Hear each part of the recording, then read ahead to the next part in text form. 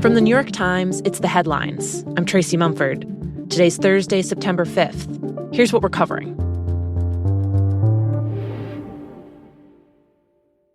It's locked down. Everyone's panicked. The nurse is crying in the corner. Lights were off. Lights were off. I'm hearing gunshots. Sounds like a loud door being slammed. Students at Appalachia High School in Winder, Georgia, described chaos and confusion yesterday as a 14-year-old student opened fire, killing 4 people. Barely a month into the new school year, some students said they thought it was a lockdown drill at first. Then they heard shooting.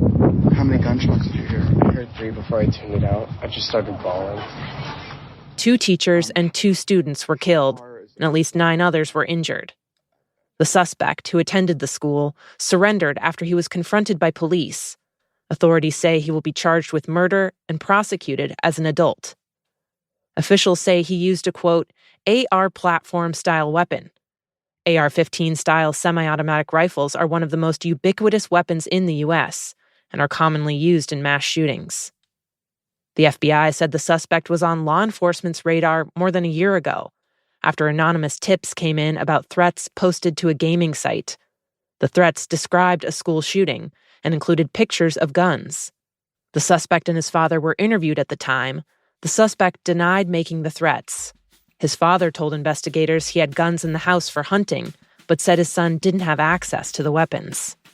It's unclear if officials at Appalachia High School were notified about the threats.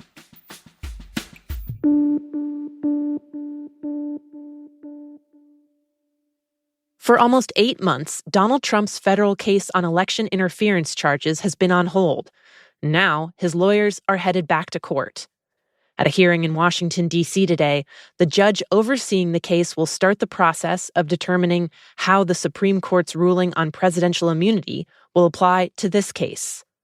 Trump is charged with plotting to overturn the results of the 2020 election, and the judge is expected to outline exactly how she's going to decide which parts of the indictment might have to be tossed out and which can survive and go to trial. Today's hearing is only one step in what will be a long, tangled legal process. Any decisions the judge makes will likely go back to the Supreme Court for further review.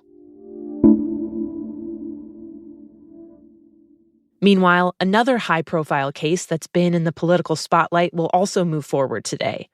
Jury selection is beginning in Hunter Biden's trial on tax charges. The president's son is accused of failing to file and pay taxes on millions of dollars in income from foreign businesses, among other crimes. The prosecutor overseeing the case already won a conviction against Hunter Biden earlier this year on gun charges, though he's still awaiting sentencing. If convicted in the tax trial, he faces up to 17 years in prison.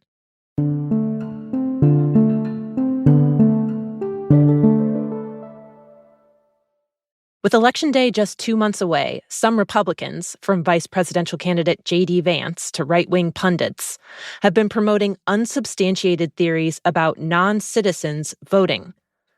Undocumented immigrants have not been found to vote in large numbers, but the claim that they will flood the polls this year is spreading. Folks, that's where you stop it, in the registration rolls. We cannot let these people get registered.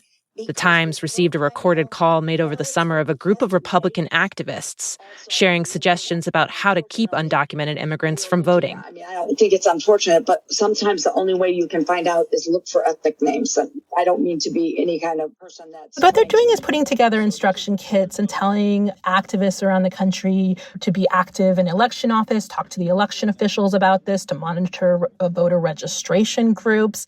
Times investigative reporter Ali Berzon has been looking into Republican efforts to crack down on what they say is a threat to the election.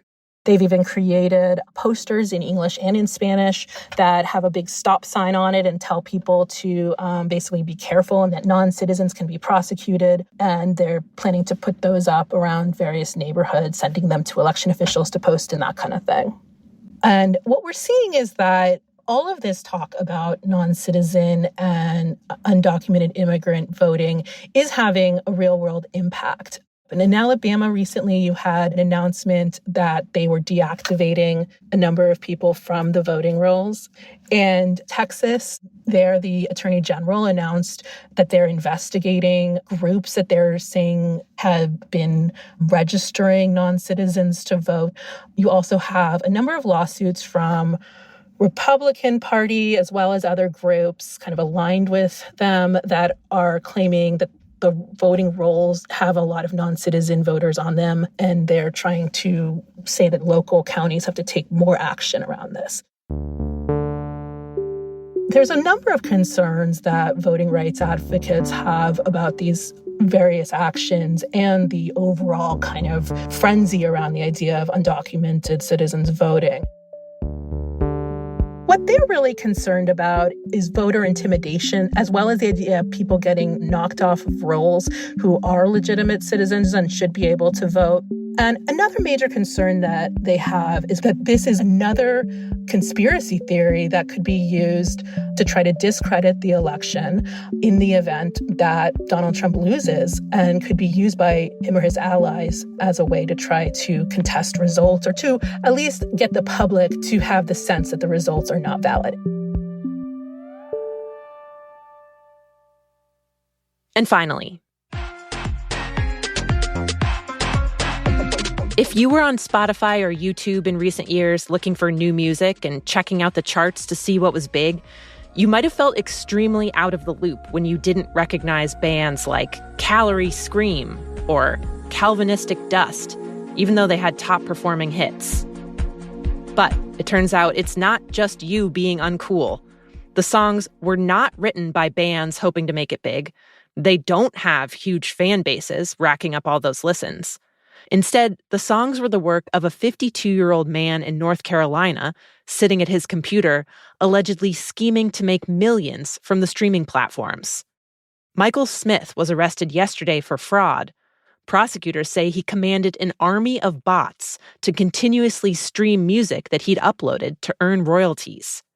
Smith, who is actually a musician, did write some of the songs himself, but he eventually turned to AI to crank out an entire catalog of songs by fake bands for the bots to play. The songs were played billions of times, and penny by penny, Smith collected $10 million over a 7-year period. The indictment lists just a fraction of the supposedly popular tracks that Smith uploaded, with randomly generated names like the very catchy Zygotic Washstands, Zyme Bedouing, Zymes, Zymite, Zymophyte, Zymogenes, Zymoplastic, Zymopure. There are hundreds of thousands more. Those are the headlines. Today on The Daily, a look at Kamala Harris's record on immigration and border security, from her time as a prosecutor to her vice presidency. You can listen on the Times audio app or wherever you get your podcasts. I'm Tracy Mumford. We'll be back tomorrow.